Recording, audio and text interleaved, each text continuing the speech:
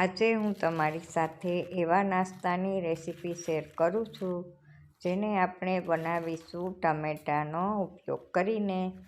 આ નવો નાસ્તો એટલો ટેંગી બને છે અને ફ્લેવરફુલ બને છે કે તમે તેને જરૂરથી ટ્રાય કરજો।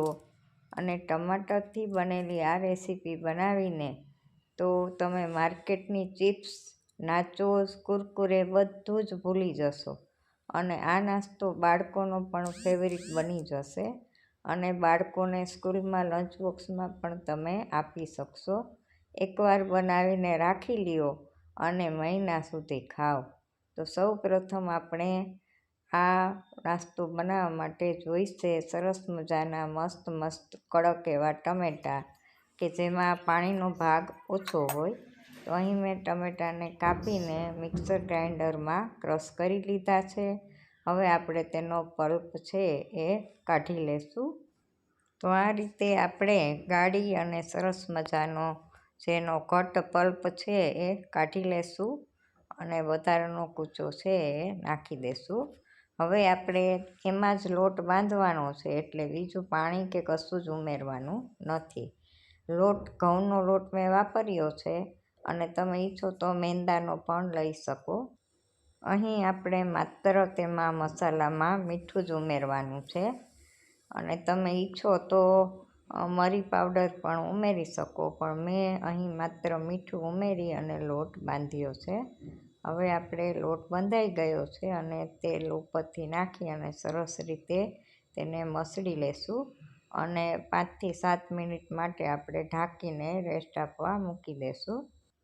હવે લોટે રેસ્ટ લઈ લીધો છે તો હવે આપણે તેમાંથી લુવા કરી અને એની પાતળી રોટલી જેવું વણી લેશું અને ત્યારબાદ તેને કાપી અને અલગ એનો ટ્રાયેંગલ શેપમાં કટ કરીશું। અહીં આપણે લોટને સરસ રીતે મસળી અને તેમાંથી પૂરી આકારના નાના લુવા છે એ કાપી લેશું।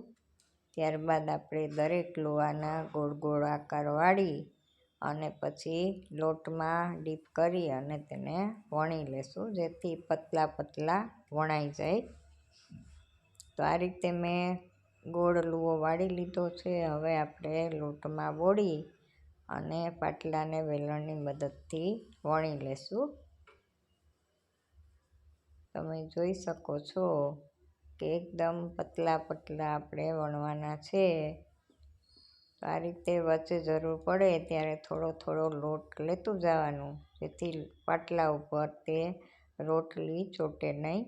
તો આ સાઈઝની આપણે બહુ જાડી પણ નહીં ને બહુ પતલી પણ નહીં, એવી આપણે બધી લુવાની રોટલીની જેમ વણી લેશું। હવે આપણે કાંટા ચમચીની મદદથી આખી રોટલીમાં આ રીતે કાણા કરી દેશું જેથી આપણે તળતી વખતે તે ફૂલે નહીં અને પોચી પણ ન રહે। તો આ રીતે કાણા કરવાથી તે તળતી વખતે એકદમ ક્રિસ્પી સરસ મજાની થશે। હવે આપણે તેને કટરની મદદથી પહેલાં ચોરસ શેપમાં કાપી લેશું। સાઈડની ચારે બાજુની કિનારી આપણે કાઢી લેશું અને એના પણ કટકા કરી અને ફરી તમે તેને તળી શકો છો અને અથવા ફરીથી આ રીતે રોટલી કરી અને વણી અને નાચોસ બનાવી શકો છો। તો અહીં મેં એક સરખી 3 પટ્ટી કાપી અને ઉપર રાખી છે અને હવે આપણે તેને ટ્રાયેંગલ શેપમાં કટ કરીશું આ રીતે।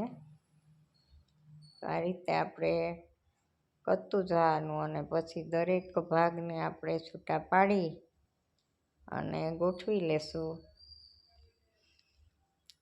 ત્યારબાદ આપણે તેને તળી લેશું। તો આ રીતે દરેક ભાગને આપણે ફરીથી, કેમ કે 3 પટ્ટી ઉપર રાખી છે તો એકમાંથી 3 આવા ત્રિકોણ નીકળશે।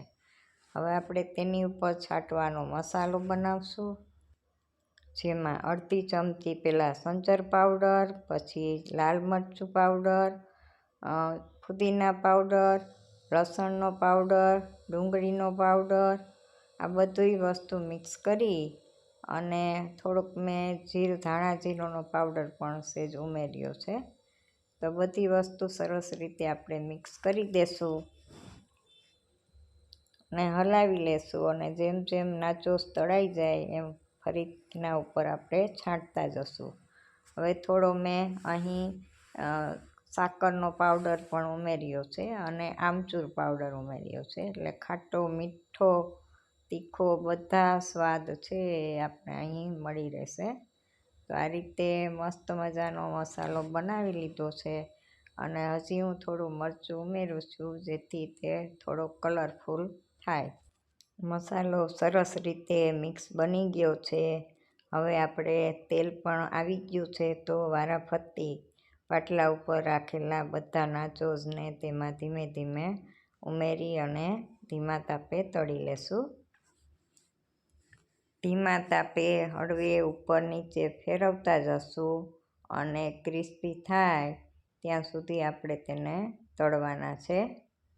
તો ઉપરને નીચે ફેરવી લેવાના વચ્ચે વચ્ચે, જેથી દરેક પડ સરસ ચડી જાય.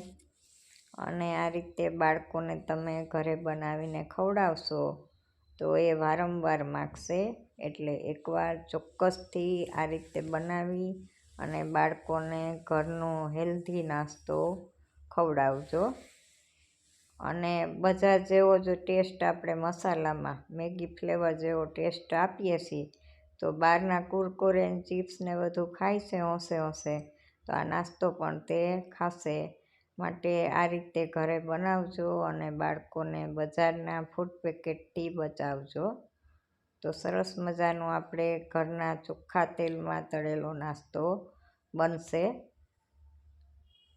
તો આ રીતે આપણા નાચોસ બની ગયા છે અને ઉપર આપણે બનાવેલો મસાલો સ્પ્રિંકલ કરીશું અને આપણે ગરમા ગરમ ઉતારીએ ને ત્યારે જ નાખતું જવાનું દરેક વખતે, જેથી મસાલો સરસ રીતે એમાં ચોંટી જાય.